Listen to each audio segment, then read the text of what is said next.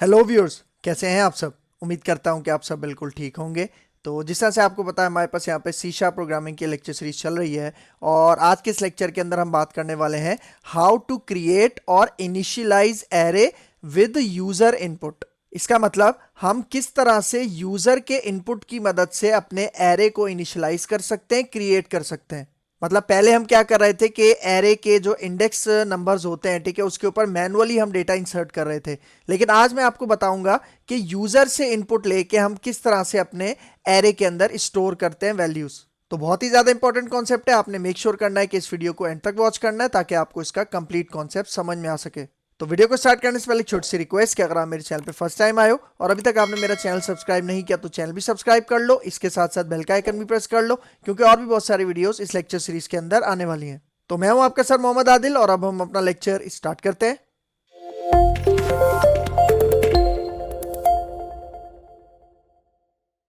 अच्छा, अब हमारे पास कॉन्सेप्ट है सी शार्प के अंदर initialising array with user input. ठीक है, इसका मतलब भाई देखो, अभी तक हमने एरेज पे जितना भी काम किया है, तो जब भी हम एरे को इनिशियलाइज करते थे, इनिशियलाइज का मतलब जब भी हम एरे को एलिमेंट्स प्रोवाइड करते थे, वैल्यूज प्रोवाइड करते थे, तो वो सारा काम हम मैनुअली करते थे। मतलब इंटीजर एरे जब हम बना रहे थे तो हम खुद से उसको इंटीजर वैल्यूज प्रोवाइड कर रहे थे। ठीक है, लेकिन अगर मैं चाह रहा हूं कि भाई मुझे एक एरे बनाना है, एक एरे इनिशियलाइज करना है, और उसका डेटा कहां से आएगा?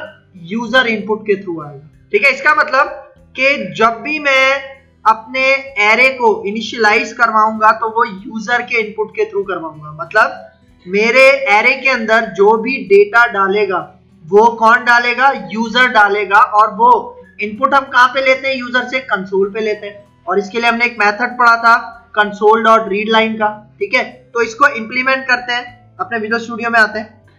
ठीक है, तो देखो, सबसे पहले यहाँ पे हम कॉन्सेप्ट यूज करेंगे सिंगल डायमेंशनल एरे का। ठीक है, क्योंकि सिंगल डायमेंशनल एरे का कॉन्सेप्ट सबसे ज्यादा यूज होता है बनिस्बत मल्टी डायमेंशनल एरे के। ठीक है, तो देखो, यहाँ पे सबसे पहले मैं एक स्टेटमेंट प्रिंट करवाता हूं और मैं यहाँ पे कहता हूं how many number of items you want to store in an array. सही है, मैसेज थोड़ा सा बड़ा हो गया, लेकिन कहना क्या चाह रहा है इसमें? How many number of items you want to store in an array. मतलब पहले हमसे नंबर मांगेगा। ठीक है, और वो नंबर मैं एक वेरिएबल में स्टोर कर देता हूं। मैं एक वेरिएबल बनाता हूं नम, और यूजर से इनपुट के लिए हम क्या यूज करते हैं? Console dot read line. और अब यहाँ पे कंसोल डॉट रीड लाइन तो हमें स्ट्रिंग रिटर्न करता है ना, तो इससे पहले मुझे क्या लगाना पड़ेगा? Int dot parse. इन दोनों के आगे पीछे इंट डॉट पार्स। ठीक है, कंसोल डॉट रीड लाइन को मैंने इंट डॉट पार्स के अंदर बंद कर दिया। तो मतलब पहले मैसेज आएगा कि भाई जो आप एरे बनाना चाह रहे हो उसका साइज कितना होगा। ठीक है, मतलब साइज भी हम प्रोवाइड कर रहे हैं, यूजर प्रोवाइड कर रहा है, तो वो कहां स्टोर हो जाएगा? नम के वेरिएबल में। और अब देखो, अब मैं एक एरे यहाँ पे बना रहा हूं, सिंगल डायमेंशनल एरे होगा ये। ठीक है, और इसके अंदर मैं कह देता हूं इस एरे का नाम है नंबर्स। और यहाँ पे आके अब देखो, हम इंट के बाद स्क्वायर ब्रैकेट में साइज देते हैं ना, तो साइज हम ले चुके हैं। कहां पे ले चुके हैं? नम के वेरिएबल में। तो ये नम मैं कहां पास कर दूंगा? इसके आर्गुमेंट में पास कर दूंगा। मतलब अगर यूजर 5 टाइप करता है तो हमारे एरे की लेंथ कितनी हो जाएगी? 5 हो जाएगी। मतलब मैं 5 एलिमेंट्स उसमें डाल सकता हूं। ठीक है, फिर यहाँ पे आते हैं। अब मैं यहाँ पे यूजर से इनपुट लूंगा। ठीक है, तो यूजर से इनपुट हम किस तरह से लेंगे? मैं फॉर लूप स्टार्ट करता हूं, फॉर लिखता हूं और 2 दफा टैप टैप। ठीक है, अब देखो, यहाँ पे एक वेरिएबल इनिशियलाइज हुआ है, काउंटर वेरिएबल। किससे इनिशियलाइज हुआ है? 0 से। अब मैं यहाँ पे कह रहा हूं कि आए जब तक छोटा रहेगा किससे? नम से। नम के अंदर सपोज करो मैंने टाइप किया 5, तो मतलब पहले कंडीशन चेक होगी तो क्या रिजल्ट आएगा? मतलब कंडीशन में क्या है कि 0 छोटा है 5 से, बिल्कुल छोटा है। छोटा है तो क्या होगा? आपके पास ये बॉडी चलेगी फॉर की, और इसके अंदर मैं यहाँ पे आके कहता हूं, मैं एक वेरिएबल बनाता हूं फॉर एग्जांपल ए, और इसके अंदर मैं डेटा लेता हूं कहां से? यूजर से। ठीक है, और मैं यहाँ पे कहता हूं कंसोल डॉट रीड लाइन, और इस कंसोल डॉट रीड लाइन को मैं इंट डॉट पार्स के अंदर बंद कर देता हूं। क्योंकि देखो, जो मैंने एरे बनाया वो किस टाइप का है? इंटीजर टाइप का है ना। ठीक है, तभी जो मैं इनपुट लूंगा सही है, वो मैं इंटीजर में कन्वर्ट करवाने के बाद a के पास भेज रहा हूँ, ठीक है। अच्छा, फिर इसके बाद अब मुझे क्या करना है, अपने एरे के अंदर डेटा स्टोर करवाना है। तो मेरे एरे का क्या नाम है, नंबर्स, और इसके स्क्वायर ब्रैकेट के अंदर मैं पास कर देता हूँ i, और यहां से कहां चला जाएगा, आपके पास a वेरिएबल इसके अंदर चला जाएगा। बल्कि अगर मैं a वेरिएबल का नाम थोड़ा और सही रख लूं, मैं इसको कहता हूं डेटा, ठीक है, सही है। और इससे पहले ये जो फॉर लूप है हमारे पास, जहां पे ये इनपुट ले रहा है ना, कंसोल डॉट रीड लाइन, इससे पहले मैं एक इनपुट मैसेज लिख देता हूं, ठीक है, प्रॉम्प्ट मैसेज, और यहां पे मैं कहता हूं एंटर डेटा। अब जरा इसको समझना यहाँ पे होगा क्या। देखो फॉर एग्जाम्पल मैंने अपने एरे का साइज यूजर से लिया और यूजर ने यहाँ पे टाइप किया 5, तो अब मैं कह रहा हूं जब तक i 5 से छोटा रहेगा तब तक एक इंक्रीमेंट होता रहेगा। मतलब जब फर्स्ट टाइम लूप चलेगा, ठीक है, तो जो भी मैं नंबर लूंगा यूजर से इनपुट में, वो कहां पे चला जाएगा, डेटा के पास चला जाएगा, और डेटा से कहां पे चला जाएगा, यहां चला जाएगा। तो अभी देखो i के पास जब फर्स्ट टाइम लूप चलेगा, i के पास क्या होगा, 0, तो जीरो लोकेशन पे जो भी मैं इनपुट दूंगा वो एरे की 0 लोकेशन पे स्टोर हो जाएगा, ठीक है। फिर ये लूप दोबारा चलेगा, फिर इंक्रीमेंट होने के बाद यहाँ पे क्या वैल्यू आ जाएगी, 1 आ जाएगी। तो अब वो कंडीशन चेक करेगा कि 1 5 से छोटा है, बिल्कुल छोटा है, ठीक है। तो मतलब ये लूप दोबारा चलेगा और दोबारा इनपुट लेगा हमसे और डेटा में डालेगा, और नंबर्स के अंदर जो i दिया है, अब यहाँ पे क्या वैल्यू आएगी, 1, तो 1 इंडेक्स पे अब जो भी मैं दूसरा नंबर दूंगा वो 1 इंडेक्स पे स्टोर हो जाएगा। मतलब ये लूप 0 से लेके कहां तक चलेगा, 4 तक चलेगा, अगर मैंने यहाँ पे num 5 दिया है तो, सही है। और अब ये लूप 5 दफा चलेगा, मतलब नंबर्स के अंदर 5 वैल्यूज आ जाएंगी, ठीक है, इस एरे के अंदर। तो अब अगर मैं इस एरे को रिट्रीव करवाऊं, और रिट्रीव करवाता हूं मैं फॉर ईच लूप के थ्रू, और मैं यहाँ पे कहता हूं एक वेरिएबल बनाते हैं इंटीजर टाइप का आइटम, और इसके अंदर डेटा कहां से आएगा, हमारे एरे का क्या नाम है, नंबर्स। और डेटा रिट्रीव करने से पहले मैं यहाँ पे एक एरर मैसेज नहीं, मतलब एक नॉर्मल मैसेज यहाँ पे मैं प्रिंट करवाता हूँ, और मैं यहाँ पे कहता हूँ योर डेटा, ठीक है, और इसके आगे पीछे मैं डैशेज लगा लेता हूँ। मतलब कौन से डेटा की बात कर रहा हूँ, जो मैंने यूजर से लेके नंबर्स के एरे में स्टोर करवाया है, ठीक है। और नंबर से मैं 1 बाय 1 आइटम के पास भेज रहा हूँ, ठीक है। जिस तरह मैंने क्या बताया, 5 वैल्यूज आई है ना इस नंबर्स के एरे में, तो 1 बाय 1 कहाँ जाती जाएंगी, आइटम में। और अब मैं यहाँ पे उसे प्रिंट करवा लेता हूँ, आइटम को मैं यहाँ पे प्रिंट करवा रहा हूँ। तो अब अगर मैं यहाँ पे आके रन करूँ तो आप रिजल्ट देखना, ठीक है। देखो सबसे पहले हमसे क्या मांग रहा है, how many number of items you want to store in an array, ठीक है। मैं यहाँ पे क्या पास करता हूँ, 5, ठीक है। और अब यहाँ पे आके जैसे ही मैं एंटर करूंगा, देखो अब देखो ये जो 5 था ये कौन से वेरिएबल में गया, नम के वेरिएबल में गया, और ये जो नम का वेरिएबल था ये मैंने अपने एरे के अंदर जहां पे हम साइज रखते हैं उसकी जगह मैंने पास कर दिया, ठीक है। इसका मतलब इस एरे के अंदर 5 आइटम्स स्टोर हो सकते हैं, और फॉर लूप की कंडीशन में भी मैंने यहाँ पे क्या रख दिया, नम।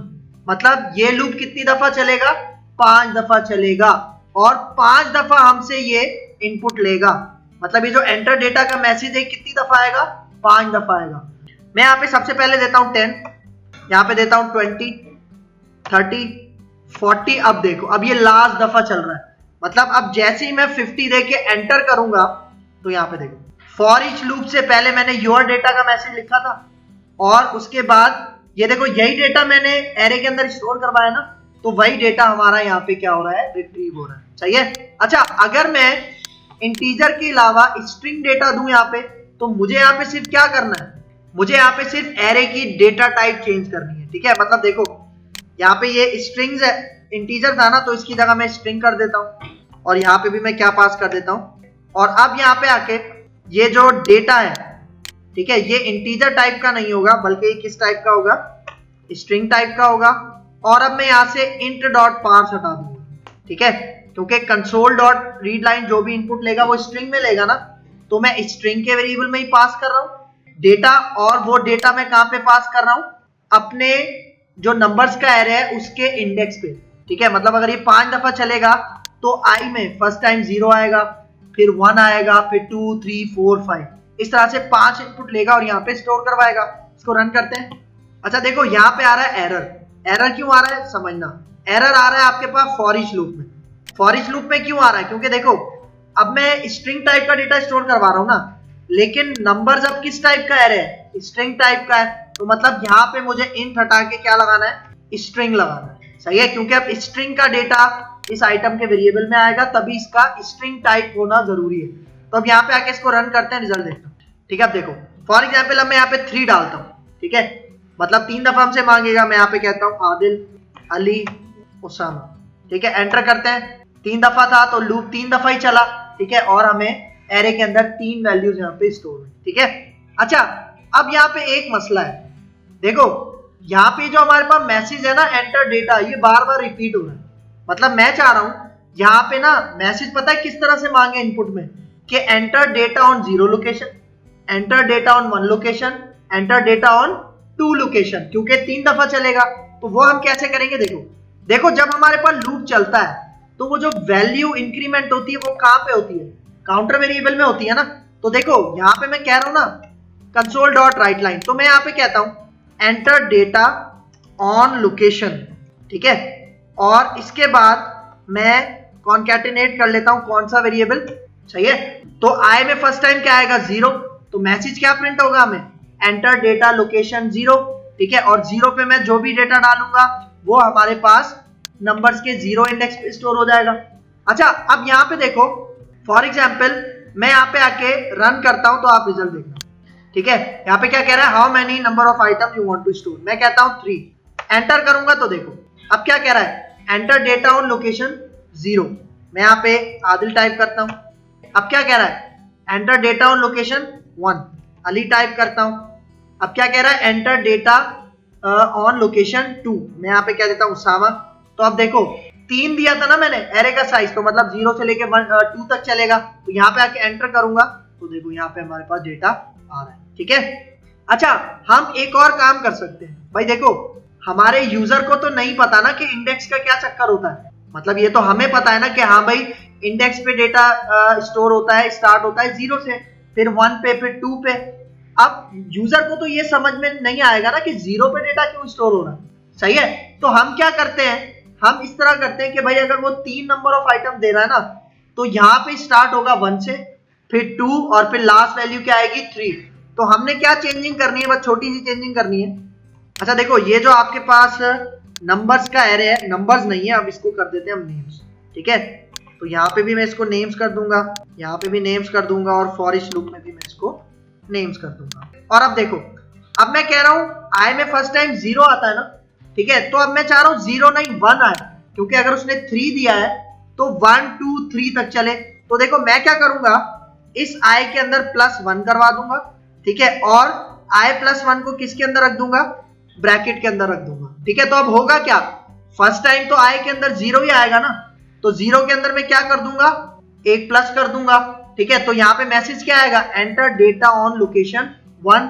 फिर इसी तरह जब लूप चलेगा आई के पास 1 आएगा, 1 के अंदर मैं एक और 1 प्लस कर दूंगा तो 2 आएगा। ठीक है, तो अगर यहाँ पे आके मैं इसको रन करूं, अब रिजल्ट देखना। ठीक है, मैं यहाँ पे कहता हूँ 4, एंटर करते हैं तो देखो अब मैसेज क्या आ रहा है, एंटर डेटा ऑन लोकेशन 1। अब 0 नहीं आ रहा, क्योंकि जब 0 आ रहा था मैंने उसके अंदर +1 कर दिया। तो अगर यहाँ पे आके मैं कह देता हूँ सामा, अब देखो एंटर डेटा ऑन लोकेशन 2, फिर इसी तरह अली, और फिर लास्ट देते हैं आसिफ। मतलब 4 आइटम दिए थे तो 1 से लेके 4 तक ही चल रहा है। ठीक है, और यहाँ पे आके एंटर करूंगा तो सारा डेटा एरे से हमें क्या हो जाएगा, रिट्रीव हो जाएगा। सही है, तो ये कॉन्सेप्ट हमने सीखा है, initializing array with user input in C#। तो भाई ये था हमारा आज का lecture, how to create and initialize array with user input in C# programming. उम्मीद करता हूं कि आपको ये लेक्चर बहुत अच्छे से समझ में आया होगा। अगर इस लेक्चर के हवाले से कोई भी कंफ्यूजन है तो कमेंट बॉक्स में मुझसे जरूर पूछ लेना। तो अगर आपको मेरी वीडियो पसंद आई है तो मेरे चैनल लाइक कीजिए, शेयर कीजिए और सब्सक्राइब कीजिए, और मुझे अपनी दुआ में याद रखिए। तो मिलते हैं इंशाल्लाह नेक्स्ट लेक्चर में, तब तक के लिए दीजिए इजाजत। अल्लाह हाफिज।